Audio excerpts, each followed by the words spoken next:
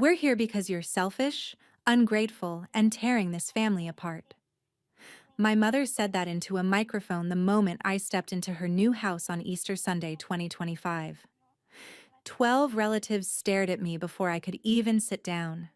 For 45 brutal minutes, they ripped me apart, calling me selfish for abandoning my dying father and putting my career before family.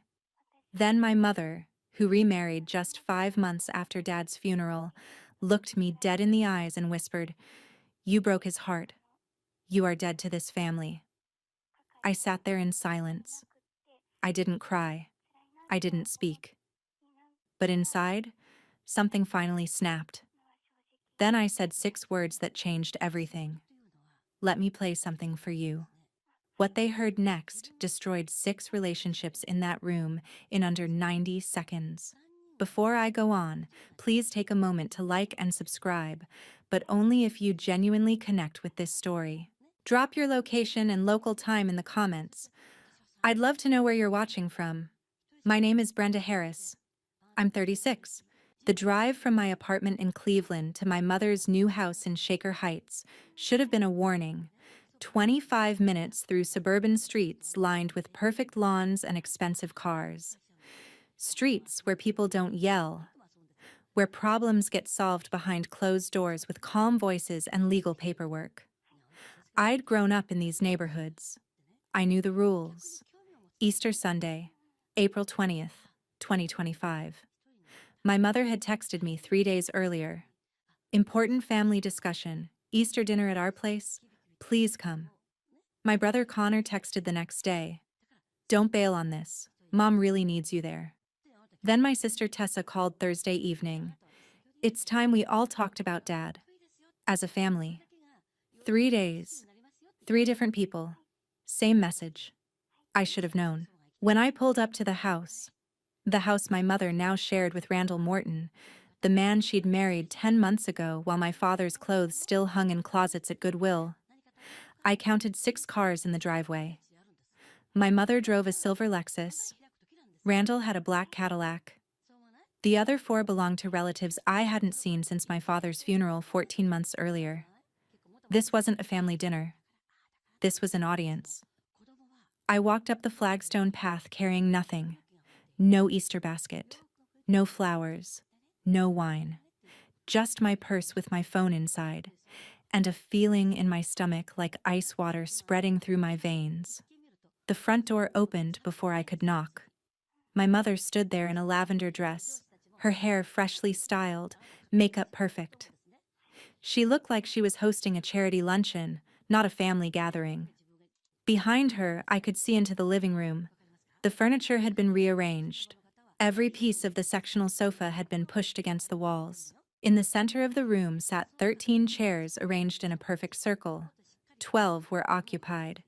12 people sat in complete silence, hands folded, faces turned toward the empty chair in the middle. "Brenda," my mother said, "thank you for coming. We've all been waiting for you." The way she said all made my stomach drop. I stepped inside. The smell of ham baking in the oven drifted from the kitchen. The same honey-glazed ham my mother made every Easter for 30 years. The scent was so familiar it hurt. On the side table sat an Easter centerpiece, pastel eggs in fake grass, a ceramic bunny, a small wooden cross. The grandfather clock in the hallway ticked steadily. Everything looked normal, traditional, safe, except for the circle of chairs. I walked into the living room and began counting faces. Position 1, my mother, Judith Harris Morton, 68 years old, remarried June 8, 2024. Exactly 141 days after we buried my father. She sat with her spine straight, hands folded in her lap, watching me with an expression I couldn't read. Position 2, Randall Morton, 72, my mother's new husband, a man who'd never met my father but somehow felt entitled to comment on family dynamics. He wore a navy blazer and khakis, one hand resting on my mother's shoulder like he belonged there.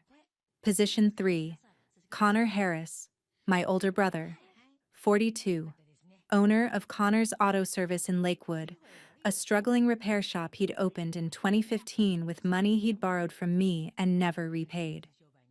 He had a manila folder on his lap. I could see the corner of typed pages sticking out. Position 4, Felicia, Connor's wife, 40 years old, an accountant. She wouldn't look at me. Position 5, Tessa, my sister, 39, mother of 3 kids who attended expensive Catholic schools. She clutched a tissue in her right hand even though her eyes were dry.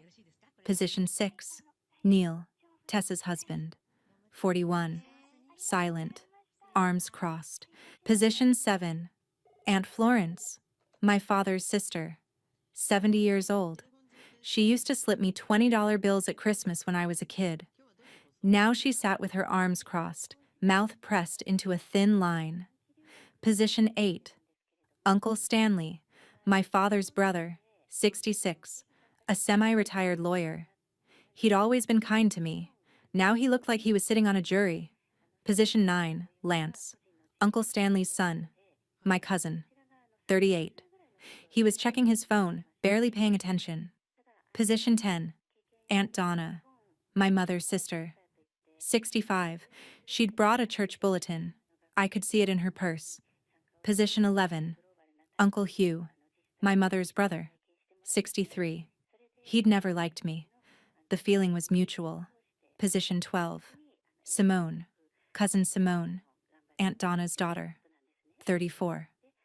She looked uncomfortable, like she didn't want to be here but didn't know how to leave. Position 13, empty. A dining room chair, lower than all the others. The chair wobbled slightly on an uneven leg. My mother pointed to it. "That's yours," she said. I could have left. Should have, probably. But I wanted to hear what they'd prepared. I wanted to know exactly what narrative they'd constructed, what lies they'd agreed upon. So I walked to the center of the circle and sat down in that wobbly chair. The ham timer beeped in the kitchen. No one moved to check it. Connor opened his manila folder. I saw 3 pages stapled together, single-spaced text, certain passages highlighted in yellow. He'd prepared a document. He'd actually typed it up, printed it, brought it with him. "I've made a list," he said. He put on reading glasses, expensive frames I didn't recognize. "This should take about 45 minutes. That's when I understood. This wasn't a conversation, this was a trial, and I was the defendant. Connor read from his document like a prosecutor presenting evidence. "December 2020, he began. "Dad's birthday. You didn't even send a card." I remembered that day. My father had been in Willowbrook Senior Living for 4 months. He no longer knew what month it was, couldn't remember his own birthday. I'd spent 3 hours with him that afternoon, playing his favorite Johnny Cash songs on my phone while he stared out the window. But Connor wouldn't know that. Connor had visited exactly twice that entire year. He looked up from his paper. "How do you explain that, Brenda?" I didn't answer. I'd decided in the car that I would sit and listen. Let them perform.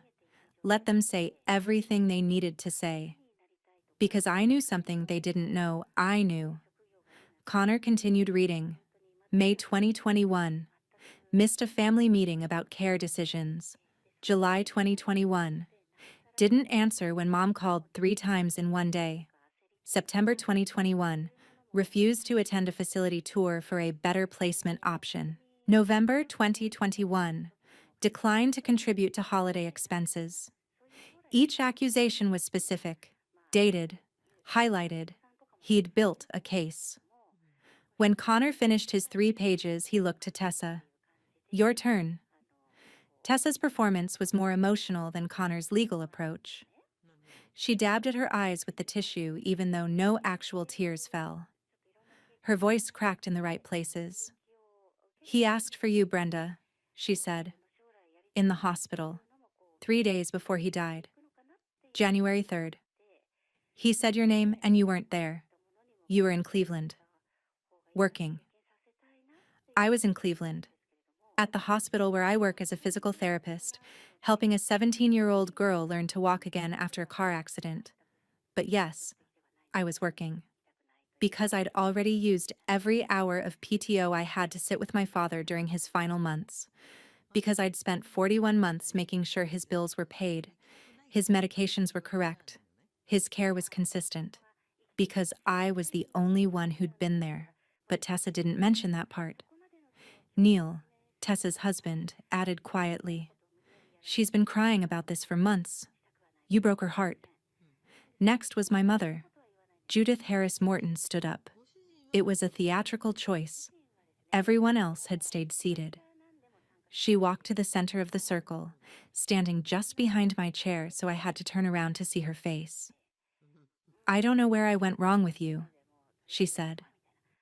Her voice carried the perfect mixture of grief and disappointment. "Your father and I tried to raise you to value family, to understand that blood comes first, that when someone you love is suffering, you show up." She paused, let the words hang in the air. "Your father would be so disappointed."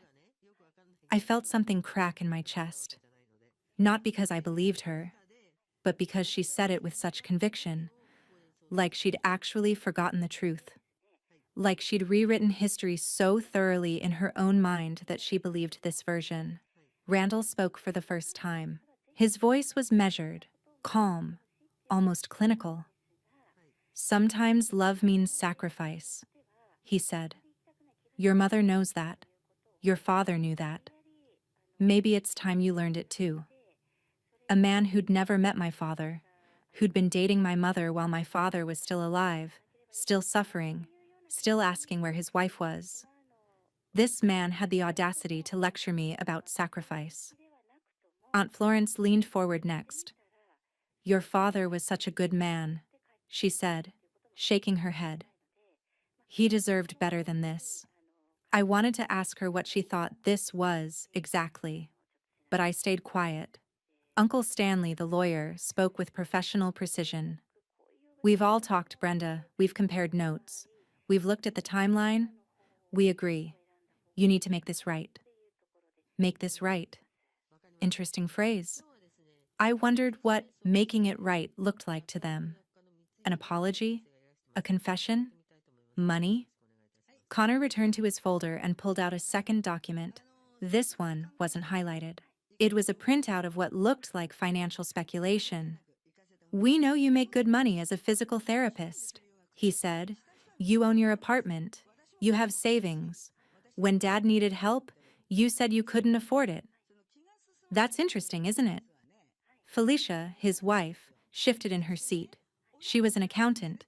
She knew actual numbers. This wasn't numbers. This was guesswork and implications. Tessa jumped in. "Meanwhile, Mom had to take out a loan. A loan, Brenda. At her age. Because you wouldn't help." The room felt smaller, hotter.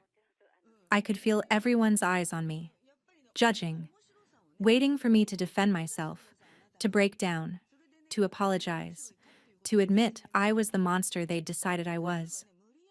My mother walked back to her chair and sat down. She looked at me with such perfect sadness. "We're not asking for much," she said. "Just honesty. Just an admission that you could have done more, that you should have been there. Is that too much to ask?" The tissue box was pushed across the floor toward me. Someone expected me to cry. Randall pulled out his checkbook and set it on his knee, a symbolic gesture. "Look, we're reasonable people. We're here to solve problems." The room went silent. Everyone stared at me. 12 pairs of eyes waiting for me to speak, to confess, to beg forgiveness. My mother leaned forward. "Do you have anything to say for yourself?" I looked at her, at the lavender dress and perfect makeup, at the new wedding ring on her finger, 3 carats, platinum band, a ring my father never could have afforded on a postal worker's pension. I looked at Connor with his typed accusations, at Tessa with her dry eyes and damp tissue, at Randall with his checkbook and his confidence, and I said nothing. The silence stretched out, uncomfortable, heavy. My mother tried again. Brenda, we need to hear from you. We need you to take responsibility. I reached into my purse, slowly, deliberately. My fingers closed around my phone. An iPhone 11 with a cracked screen and a battery that barely held a charge. A phone I'd kept even after upgrading because it had something on it I'd almost forgotten about. Something I discovered 6 months ago while going through old files. I stood up from the wobbly center chair. A power move. I was no longer sitting below them, looking up. I was standing at eye level with the circle. I held the phone at chest level, and I said 6 words that changed everything. Let me play something for you. To understand why those 6 words destroyed my family, you need to understand how we got there. You need to know what happened in the years before that Easter Sunday. Before the circle of chairs, before my mother remarried, before my father forgot my name. It started in March 2018. My father, Howard Harris, was 65 years old. He'd retired from the Postal Service 2 years earlier after 38 years of sorting mail and delivering packages in rain, snow, heat, and holidays. He'd been looking forward to retirement, golf, woodworking, time with grandkids. Instead, he started forgetting things. February 2018, he lost his car in a parking lot. Spent an hour walking the aisles of a Walmart lot before calling my mother, panicked, asking where he'd parked. March, he forgot my niece Olivia's name at her 14th birthday party. Called her Sweetie instead, because he couldn't remember which granddaughter she was. April 2018, my mother took him to the Cleveland Clinic. Doctor Patricia Hoffman, a neurologist, ran tests, memory assessments, brain imaging, blood work. The diagnosis came in the second week of April. Early stage Alzheimer's disease. The family meeting happened at my parents' old house on Woodmere Avenue in Cleveland Heights. April 22, 2018, a Sunday afternoon. My mother sat at the kitchen table crying. My father sat next to her looking confused and scared. Connor, Tessa, and I gathered around them like we were kids again, waiting for instructions on how to handle this new reality. Dr. Hoffman had prescribed Aricept, told us the disease would progress, slowly at first, then faster. Said we should prepare for care needs, legal documents, power of attorney, healthcare directives. Eventually, facility care. Connor spoke first. I've got the business to run, he said. Connor's auto service had just opened 3 years earlier. 4 employees, constant cash flow problems, competition from chain shops. You understand? I want to help, but I'm stretched thin. Tessa nodded. The kids are in school. Neil's job is demanding. It's complicated. Olivia was 7 years old then. Mason was 4. Lily hadn't been born yet. They both looked at me. Single. No kids. Physical therapist with a flexible schedule. I was the obvious choice. I'll coordinate care, I said. Connor hugged me. We knew we could count on you. For the first 2 years, it was manageable. I lived 20 minutes from my parents' house. Every Sunday, I drove over. Checked my father's pill organizer, a 7-day case with morning, noon, evening, and bedtime compartments. I filled it every week. Checked the fridge to make sure food wasn't spoiling. Made sure Dad hadn't left the stove on, hadn't forgotten to lock the doors. I took him to every doctor's appointment. Neurologist every 3 months. Primary care every 6 weeks. Cardiologist, podiatrist, dentist. I had a dedicated calendar just for his medical schedule. My mother would thank me, then immediately ask, "When is Connor visiting? He's so busy." Like I wasn't busy. Like my work, my life, my time didn't matter because I didn't have a husband and kids. Connor visited on holidays, Christmas, Easter, Father's Day, if it was convenient. Tessa came slightly more often. Birthdays, Thanksgiving, random Sundays when she felt guilty. My father still recognized everyone in those early years, but the gaps in his memory widened. He'd forget conversations we'd had an hour earlier, ask the same questions on a loop. Where's the remote? Did I take my pills? What day is it? December 2019 was the first time he didn't recognize me. I walked into my parents' house on a Sunday morning. My father was sitting in his armchair by the window, watching birds at the feeder. I said, "Hi, Dad. How are you feeling?" He looked at me, smiled politely. "I'm fine, thank you." "Are you the new nurse?" My mother was in the kitchen. She heard him, didn't correct him, just said, "Howard, that's Brenda, your daughter." He looked confused. "Oh, sorry. You look different." I spent 2 hours with him that day. He never remembered who I was. When I left, my mother walked me to the door and said, "Don't take it personally. It's the disease." I sat in my car in their driveway for 20 minutes before I could drive home. Then COVID hit. May 2020. The world locked down. Isolation protocols. No visitors at hospitals. No gatherings. Masks everywhere. My father's decline accelerated. Alzheimer's patients need routine, social interaction, mental stimulation. COVID took all of that away. My parents were alone in their house. My mother tried to manage, but she was 63 years old and exhausted. My father would wander, get confused, get angry when she tried to redirect him. May 17th, 2020, 3 in the morning. My mother called me sobbing. "He's gone. I can't find him. I've looked everywhere." I drove to their house, called the police. We found my father 6 blocks away in his pajamas, standing in the middle of the street, crying because he didn't know where he was. The police were kind. They drove him home, didn't file a report. But the officer pulled me aside and said, "Ma'am, he can't be left alone. This isn't safe." I knew. My mother knew. We'd been avoiding the conversation. Memory care facility. I researched 8 facilities in the Cleveland area, toured each one, checked licensing, read reviews, talked to families. Willowbrook Senior. Living in Beechwood was the best option.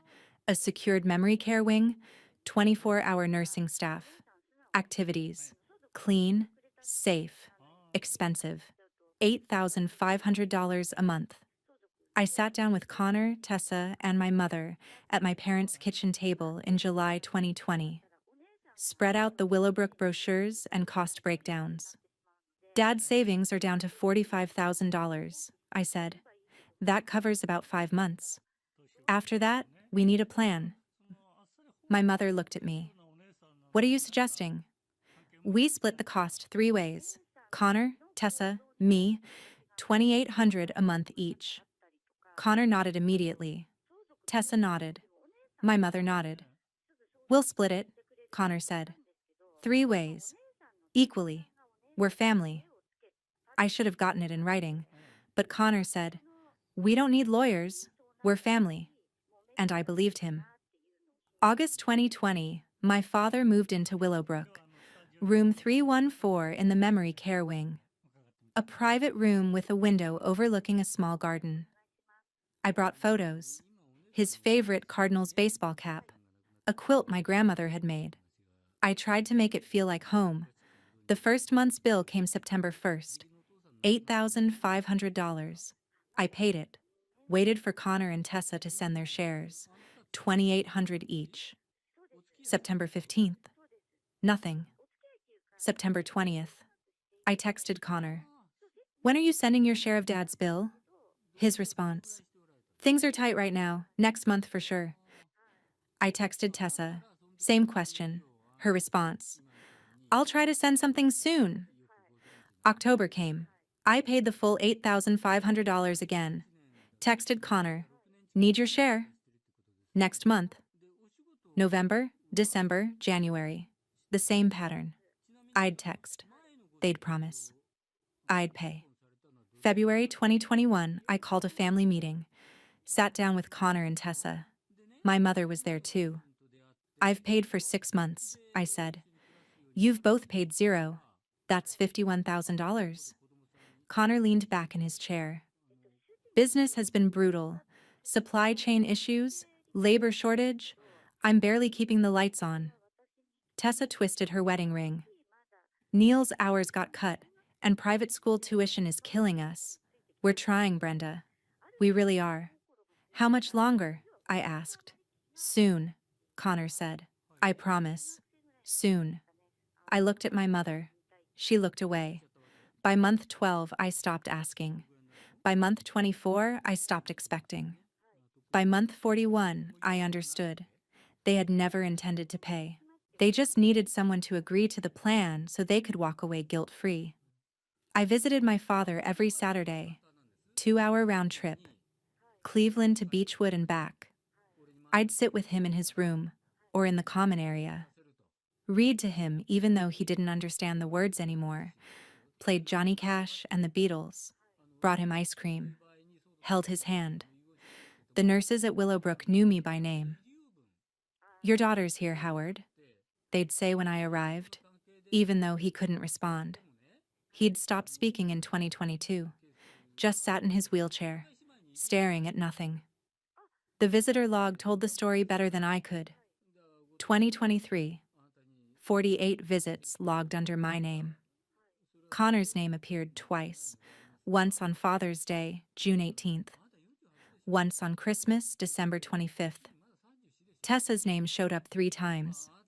Easter, Howard's birthday in August, Thanksgiving. My mother visited weekly, but always during my work hours. I started to think it was intentional, like she didn't want me to see her there, didn't want to risk a conversation about money or care or who was actually showing up. January 6th, 2024, 3:18 in the morning. My phone rang. Willowbrook. Ms. Harris, you should come now. I drove through empty streets, the speedometer pushing 80. Made it to the facility by 4:05. They brought me to his room. My father was dying. His breathing was shallow, irregular. The nurse told me it could be hours or minutes. There was no way to know. I sat in the chair next to his bed and took his hand. His skin was paper thin, cold. I told him I loved him, that he was a good father, that I was sorry he had to go through this. Sorry I couldn't fix it. He died at 4:52 a.m., January 6th, 2024. I was holding his hand. I called my mother at 5:10. Mom, Dad's gone. Her voice was flat, tired. I'll call Connor and Tessa. Connor arrived at 11:30 that morning. He lived 40 minutes away. It took him over 6 hours. Tessa arrived at 2:15 p.m., 35-minute drive, nearly 9 hours. They both cried, hugged my mother, said how much they'd miss him, how sudden it was, even though we'd known for years this was coming. Connor looked at me across my mother's shoulder. How are you holding up? Like we were strangers. Like I hadn't paid $156,000 to keep our father comfortable and safe while Connor visited twice in a year. The funeral was January 18th at St. Christopher Catholic Church in Shaker Heights. 85 people attended. My father had been well-liked, reliable, kind, a mail carrier who knew everyone on his route by name. Connor and Tessa sat in the front row with my mother. There was no space for me. I sat in row 2 with Aunt Florence and Uncle Stanley. Connor gave the eulogy, talked about Dad's strong family values and dedication to the people he loved, talked about how proud Dad was of his children. I wondered if anyone in that church knew the truth, that Connor had borrowed $28,000 from me in 2019 and 2020 for his failing business and never paid it back. That Tessa had borrowed $19,000 for her kids' tuition and summer camps and emergencies and never repaid a cent. That for 41 months, I'd paid for our father's care alone while they told everyone they were helping. At the reception at Guarino's restaurant, people hugged Connor, told him how sorry they were, how strong he was. My sister received sympathy and casseroles. I stood in the corner with an untouched plate of lasagna and watched them accept condolences like they'd actually been there. Uncle Hugh handed Connor an envelope. "For the family," he said, "to help with expenses." Connor took it, nodded solemnly, didn't mention that the only person with expenses was me. After the funeral, my mother pulled me aside. "We need to talk about your father's finances. Soon." "Okay, when?" "I'll let you know." She never did. February passed. March. I tried to contact my mother about estate matters. Howard's final bills were still coming. The last month at Willowbrook. Credit cards, medical expenses. I texted my mother. No response. Texted Connor. "Mom's handling it." Texted Tessa. "Talk to Connor." Circular non-responses.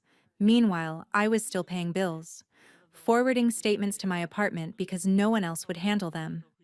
The family group chat, Connor, Tessa, and my mother, suddenly went quiet. I'd send messages. "Can we please meet to go through Dad's paperwork?" Read receipts showed they'd all seen it. Nobody responded. March 15th, 2024. I saw a Facebook post. My mother, smiling at a restaurant with Randall Morton. The caption, "Grateful for new beginnings." Comments from Connor and Tessa. Heart emojis. "So happy for you, Mom." I scrolled through her profile. Randall appeared in photos going back to June 2023. 7 months before my father died. Christmas 2023. There was Randall at Connor's house, arm around my mother's shoulders. Caption from Connor. Family Christmas. I hadn't been invited. July 2023. A barbecue at Tessa's place. Randall in the background flipping burgers. My father was still alive, still in Willowbrook, still asking for his wife during lucid moments. And she was at backyard barbecues with her boyfriend. April 12th, 2024. My mother's Facebook status changed. Engaged to Randall Morton. April 12th.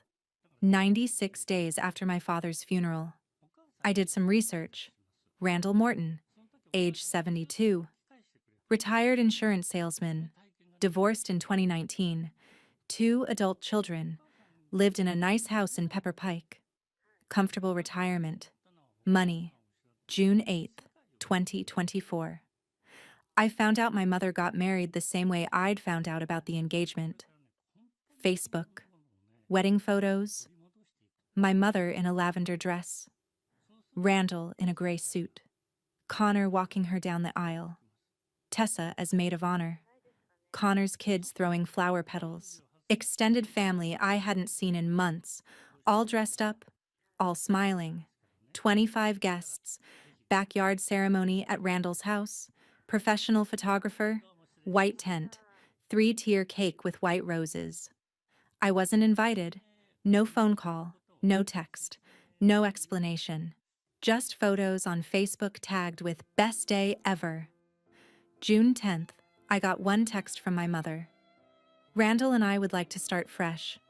I hope you can be happy for me." I didn't respond.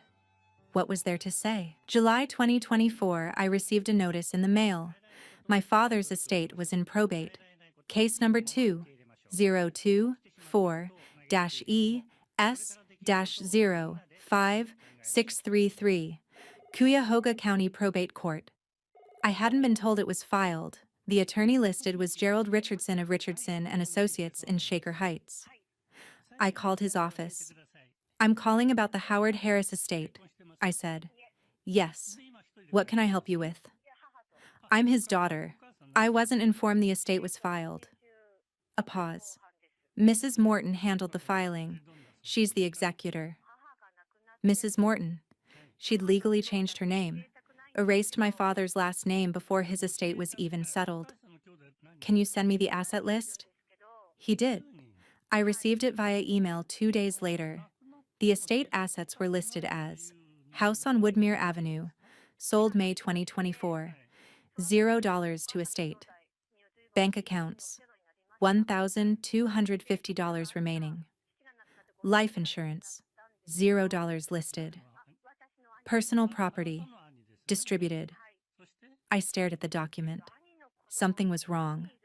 The house sold for zero?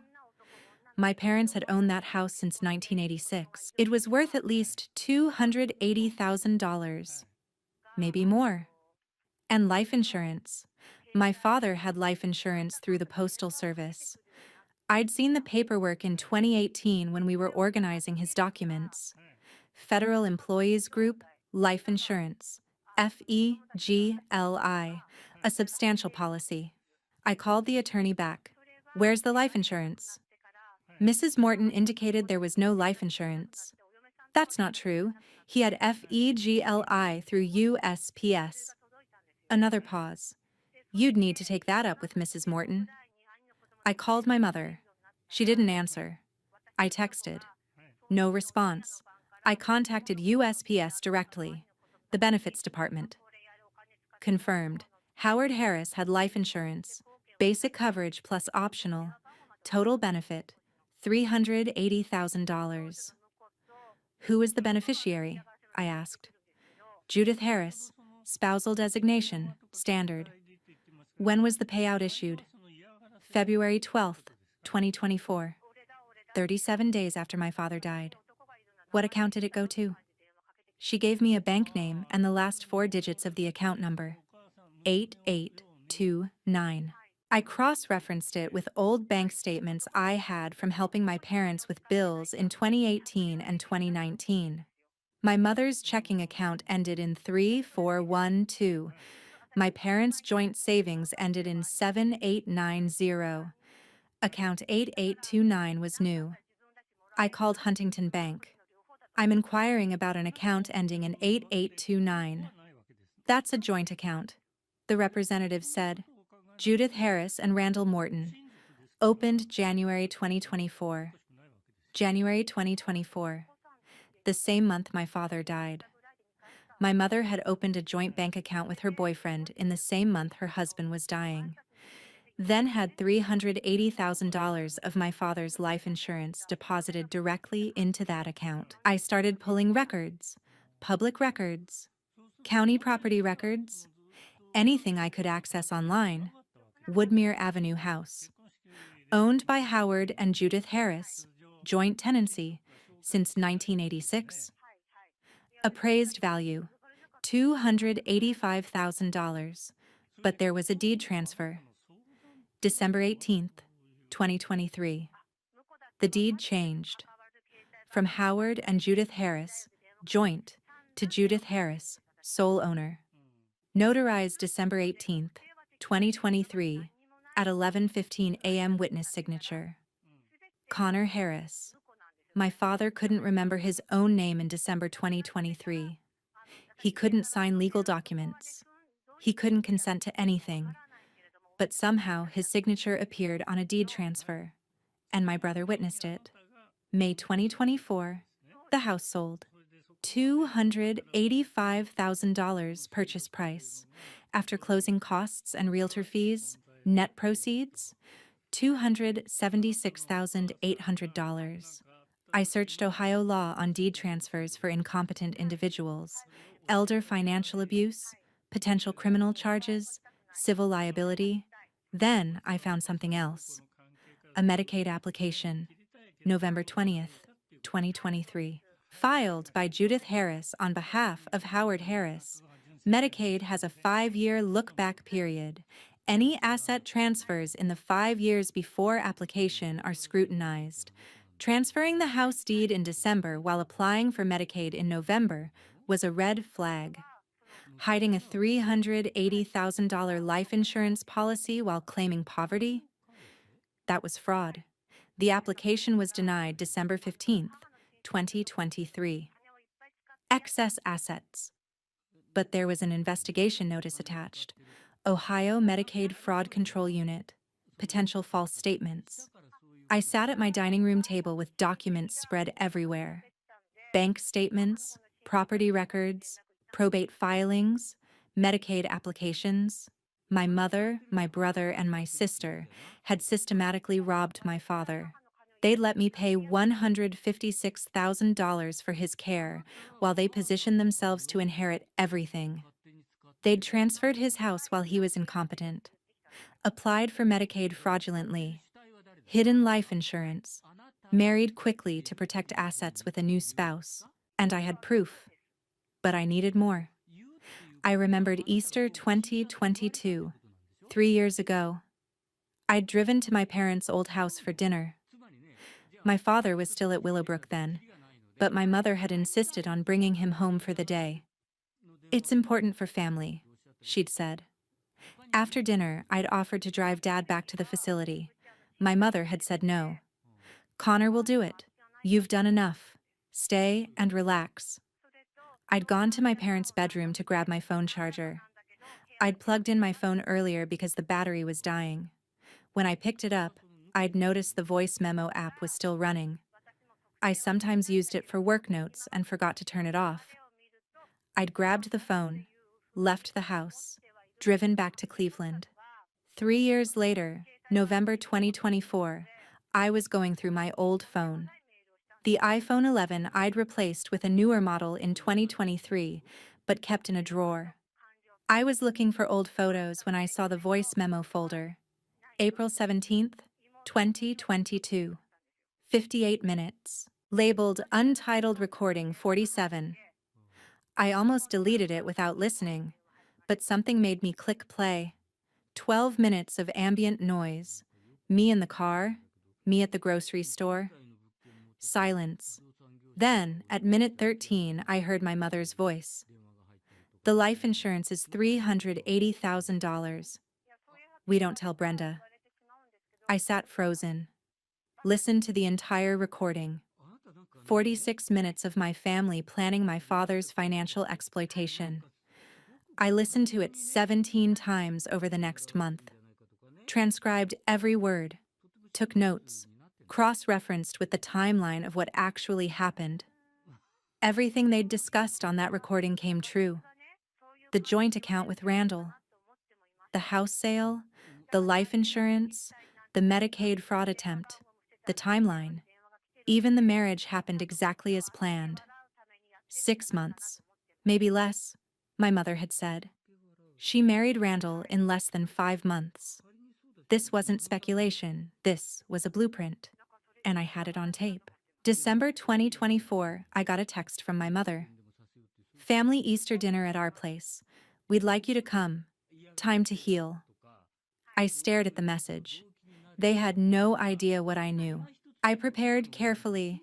January 2025, I consulted with an attorney. Not for the estate. I knew that was a lost cause. For protection. If I have evidence of elder financial abuse and Medicaid fraud, what are my options? The attorney, a woman named Catherine Reeves, listened to the recording. Read through my documentation. Made notes. This is serious, she said. Medicaid fraud is a federal offense. The deed transfer could constitute elder abuse. Your brother's involvement as witness could be criminal conspiracy. What do I do with it? That depends on what you want. What did I want? Justice? Revenge? My money back? An apology? I want them to know I know, I said. I want them to understand they didn't get away with it. Then document everything. Back up the recording in multiple places. Cloud storage, physical copies. Then decide how and when to reveal it. I spent 2 months preparing. I uploaded the recording to 3 different cloud accounts. Made physical backup on a USB drive I kept in a safe deposit box. Created a detailed timeline with supporting documents, bank transfers, facility bills, visitor logs, property records, Medicaid applications. When my mother's Easter invitation came, I accepted immediately. March 25th, 2025. Her text, "So glad you're coming. We're all looking forward to seeing you." I bet they were. I queued up the recording on my phone, started it at exactly the right timestamp, the section that contained all the crucial quotes. financial planning, reimbursement denial, Medicaid fraud discussion, the cruelty about my having no life.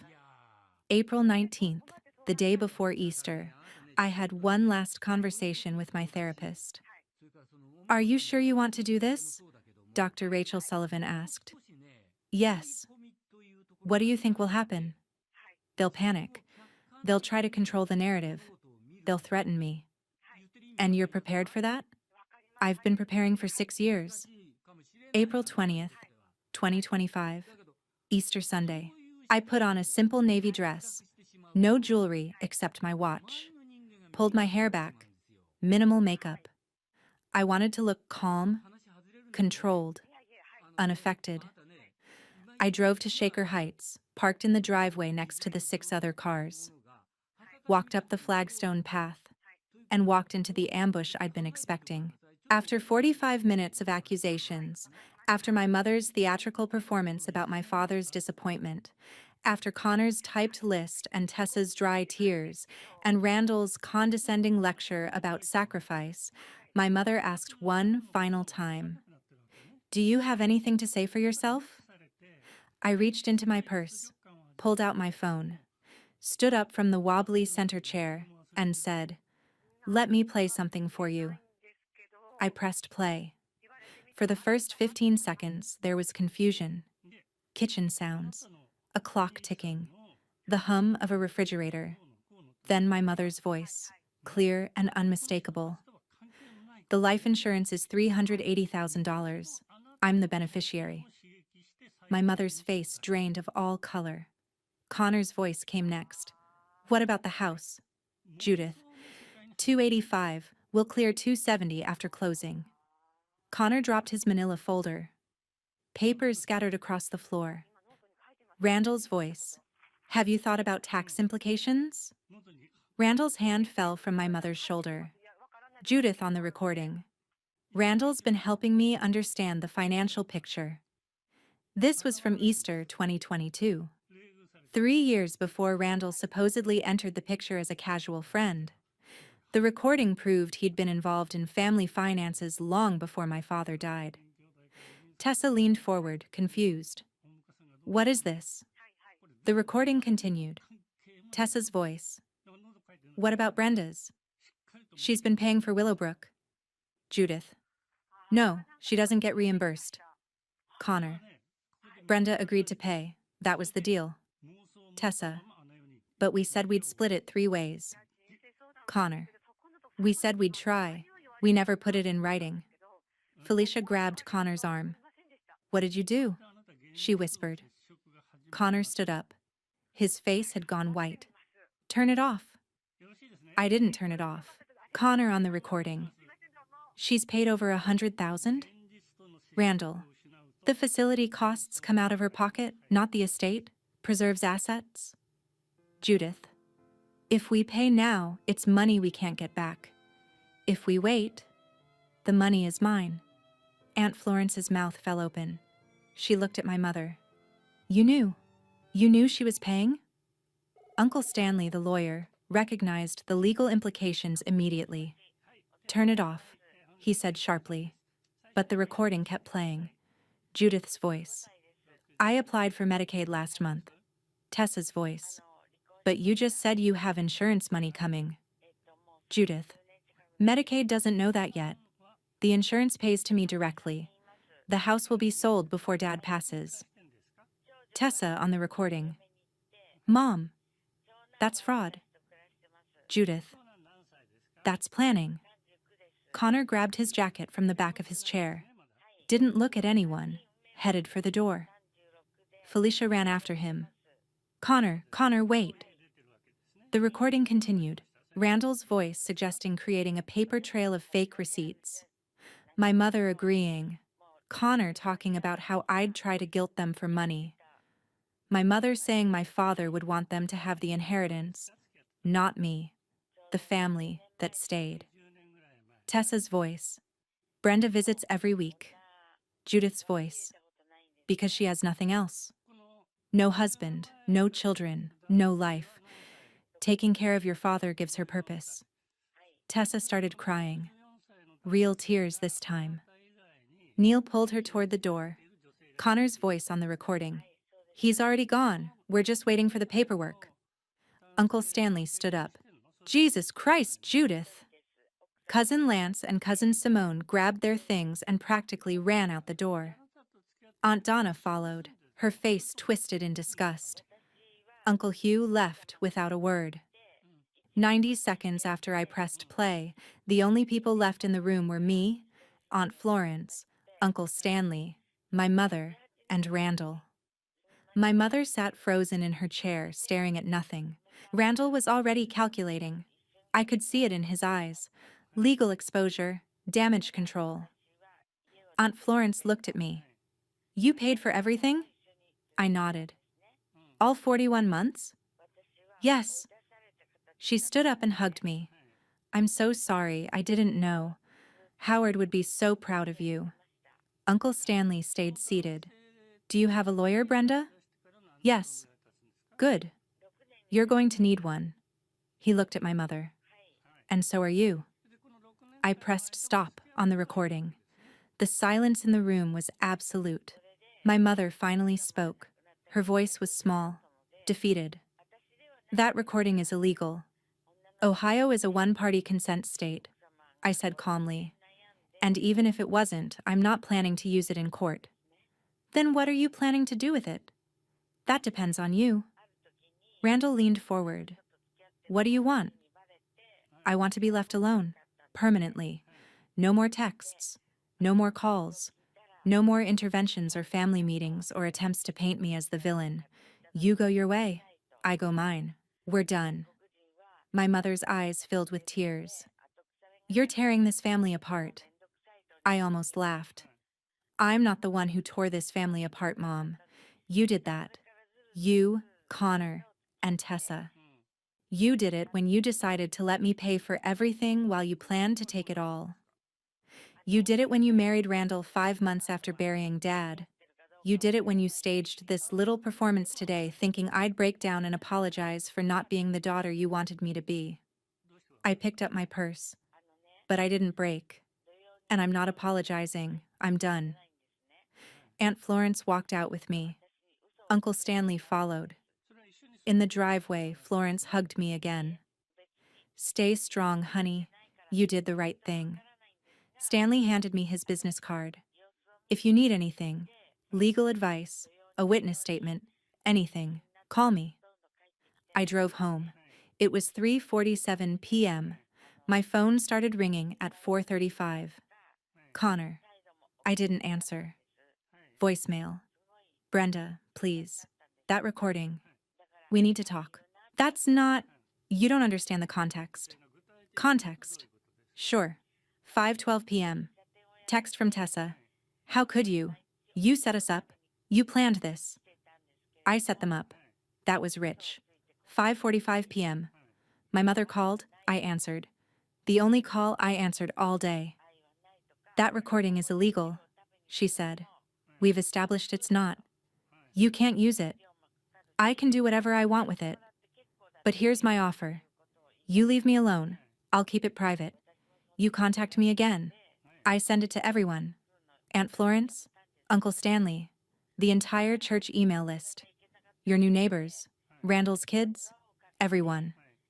A long silence. You wouldn't? Try me. I hung up. The calls kept coming. By 11 p.m., I had 63 missed calls. Connor, 23. Tessa, 15. Judith, 12. Randall, 4. Felicia, 3. Neil, 1.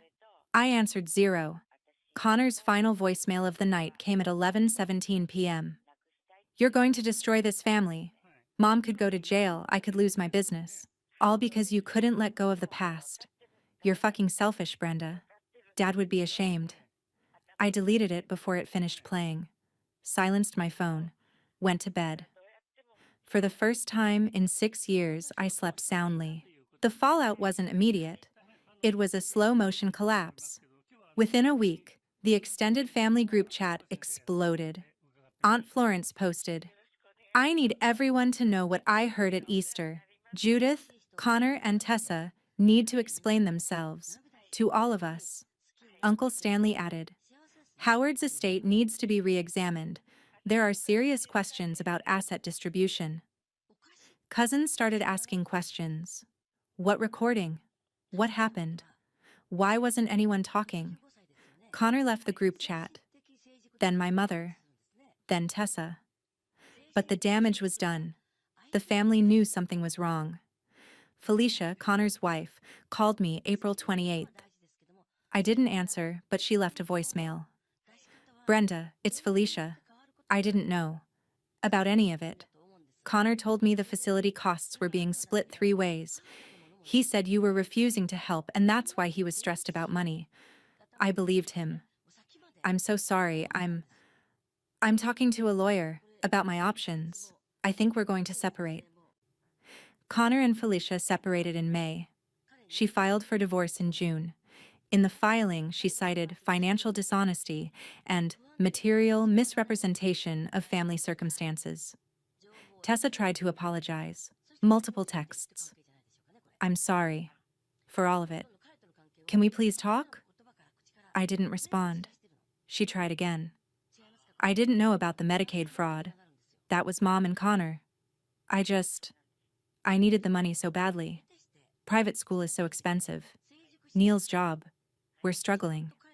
I thought you'd be okay. You don't have kids. You make good money.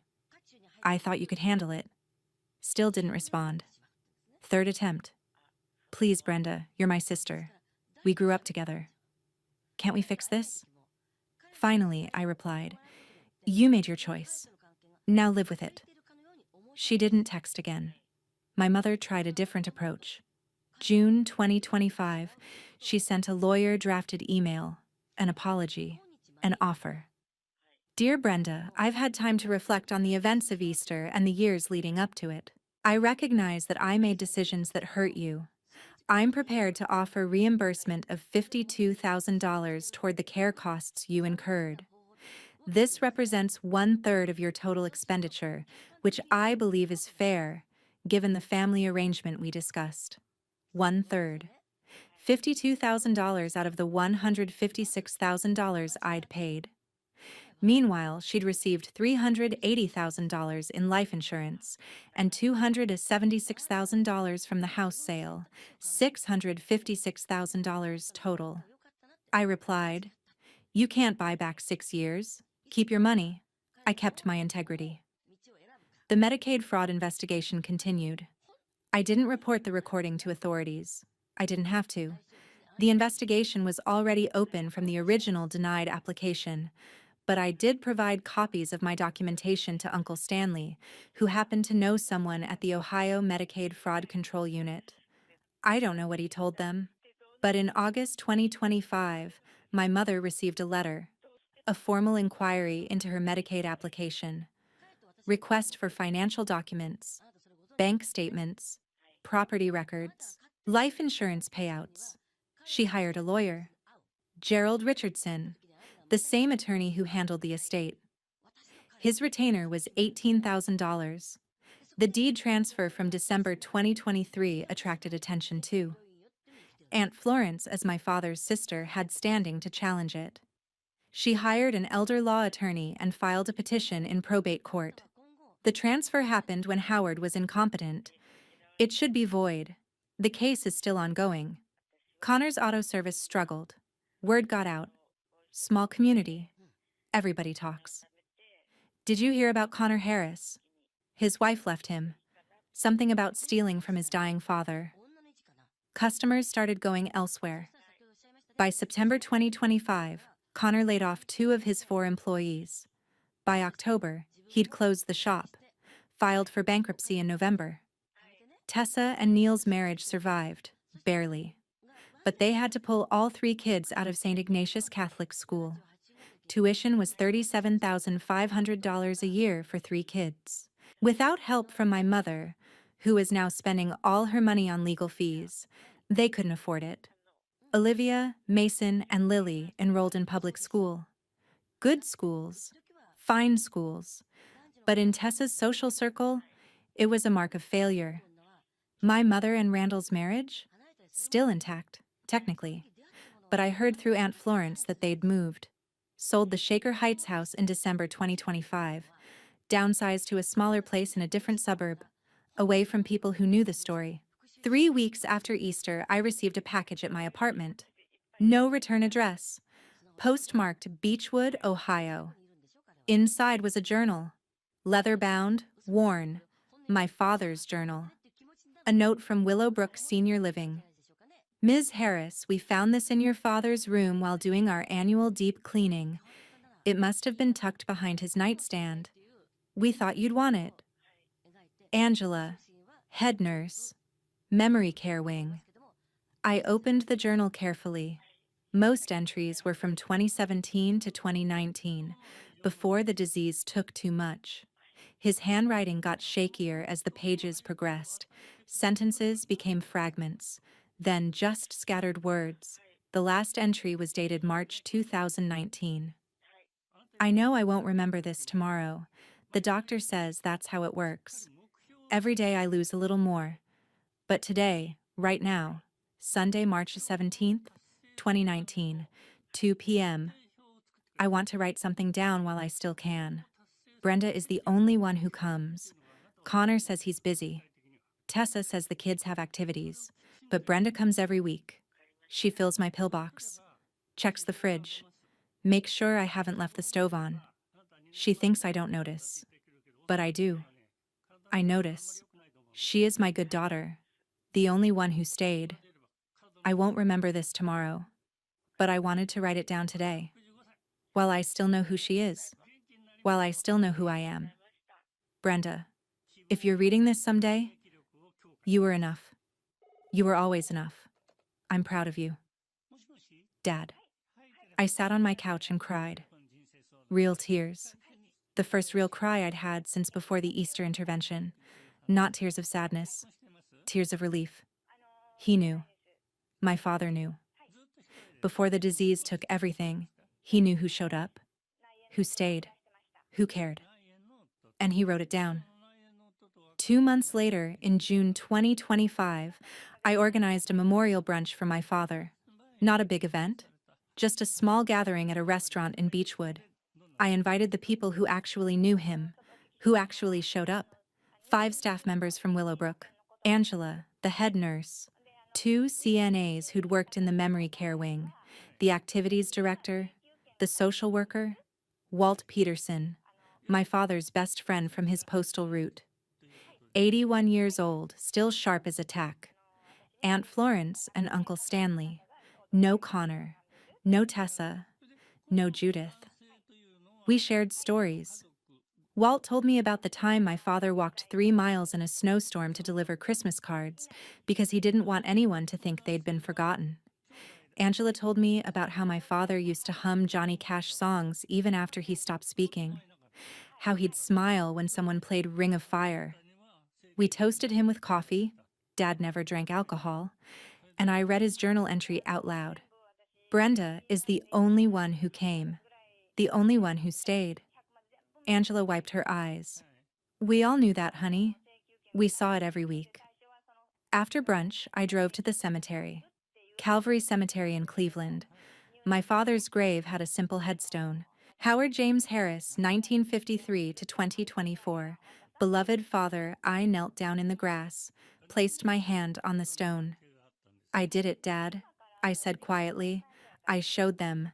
They didn't get away with it. The wind blew through the trees. Birds sang somewhere in the distance. I broke the pattern. That's my inheritance. Not money, not property. Just the knowledge that I can stand up for myself, that I don't have to accept being treated like I don't matter.